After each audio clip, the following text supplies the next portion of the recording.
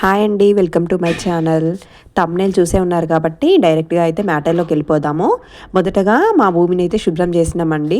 అంటే ఇప్పుడు మేము కడుతున్న ఇంటి పక్కనే వాష్రూమ్స్ అవి ఉండేవి, పాత ఇంటివి. సో ఆ ప్లేస్ కూడా చాలా లోతుగా ఉండేది, ఆ చెట్లు చెత్త కూడా ఉండేదండి. సో దాన్ని మొత్తం క్లీన్ చేపించడానికి అని చెప్పేసి మేమైతే 1950 రూపాయల అమౌంట్ అయితే ఇచ్చాము వర్కర్స్కి. ఆ తర్వాత మురం పోపించినామండి లెవెల్గా రావడానికి. సో టోటల్ 19 ట్రిప్స్ అయితే పడింది. ట్రిప్కి 1000 రూపాయల చొప్పున మేమైతే ఇచ్చాము. సో టోటల్ 19,000 అయ్యాయి. చాలా ట్రిప్స్ మొరం పడితేనే కానీ ఇప్పుడు ఆ ఇల్లు అయితే ఇప్పుడు మీరు చూస్తున్న లెవెల్కి అయితే రాలేదు. సో డ్రోజర్తో ఆ మొరాన్నంతా లెవెల్ చేపించడానికి 1900 తీసుకున్నారు. అంటే ఒక ట్రిప్కి 100 రూపాయల చొప్పున ఛార్జ్ చేశారు. మేము మా ఇంటికి వాటర్ ఫెసిలిటీ కోసం ముగ్గు పోసిన రోజే బోరేపిచ్చామండి. సో దానికైనా మొత్తం ఖర్చు వచ్చి 67,000 రూపాయలండి. ముగ్గు పోసిన నెక్స్ట్ డే పిల్లర్కి హోల్స్ అయితే తీశారండి. సో ఒక పిల్లర్కి 1100 చొప్పున 9 పిల్లర్లకి 10,000 తీసుకున్నారు. ఇంకొక 100 ఎక్కువే తీసుకున్నారు. ఆ తర్వాత పిల్లర్లో బుకింగ్ చేసినందుకు 8,200 తీసుకున్నారండి. అంటే మిల్లర్ పెట్టుకున్నారు. పిల్లర్ హోల్స్ కూడిపి పిల్లర్ టు పిల్లర్ కందకాలు తీస్తారు కదా, దానికైతే 5,000 తీసుకున్నారండి. మేము పెద్ద రౌతులు ఈ బేస్మెంట్లో వేయడానికి ఏం కొనలేదు, బట్ మాకు పాతవి ఉండే వాటిని ఆ ప్లేస్ నుంచి తెచ్చి కందకాల్లో వేయడానికి మాత్రం 3,000 అయితే తీసుకున్నారండి. మళ్ళీ మేము 21 ట్రాక్టర్ల మొరం అయితే పోపించామండి. ఒక్క ట్రాక్టర్కి ఈసారి 1,200 పడింది.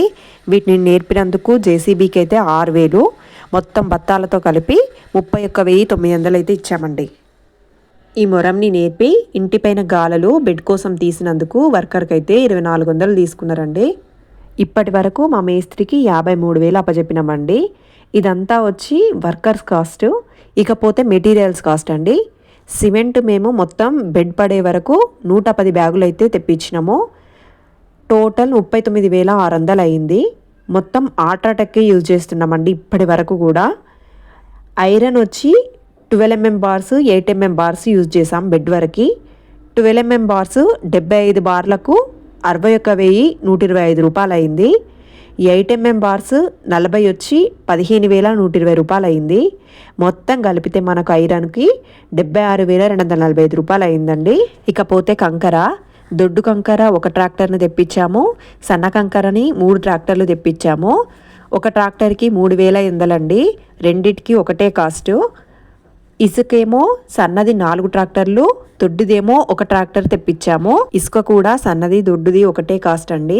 4 లోడ్లు 8,500 పడితే ఒక లోడు ఇసుక మాత్రం 8,200 పడ్డదండి.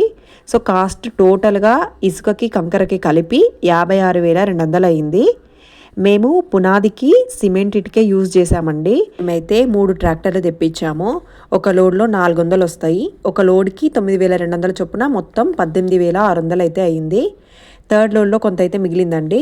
ఇతరత్ర ఖర్చులు లైక్ తట్టలు, పారలు, పరదలు, ఇటుక దించినందుకు బత్తాలు, ఇసుక లోడ్ తెచ్చినందుకు డ్రైవర్లకు బత్తాలు, పిల్లలు నిలబెట్టినందుకు పలకల, రిక్షా ఛార్జీలు, ముగ్గు పోసిన రోజు అయ్యగారికి ఇచ్చిన కట్నంతో సహా ఇలా మొత్తం కలిపి 11,018 రూపాయలు వచ్చిందండి. ఈ విధంగా మేము పెట్టిన టోటల్ ఖర్చు అయితే 4,05,013 రూపాయలు. ఇందులో మీకు కొన్ని అవసరం లేని ఖర్చులు ఉండొచ్చండి. లైక్ వాటర్ ఫెసిలిటీ కోసం బోర్ కానీ, మొరం పోపించడం కానీ. సో ఇలాంటి ఖర్చులని మీరు రిమూవ్ చేసుకొని రిమైనింగ్ ఖర్చుని అయితే క్యాల్కులేట్ చేసుకొని మీ అమౌంట్ని ఒక అంచనా వేసుకోండి. ఈ వీడియో పూర్తిగా చూసినందుకు థ్యాంక్ యూ అండి. ఈ ఇందిరమ్మ ఇంటి జర్నీని పూర్తిగా చూడాలనుకుంటే కంపల్సరీ సబ్స్క్రైబ్ చేసుకోండి ఫ్రెండ్స్. Thank you.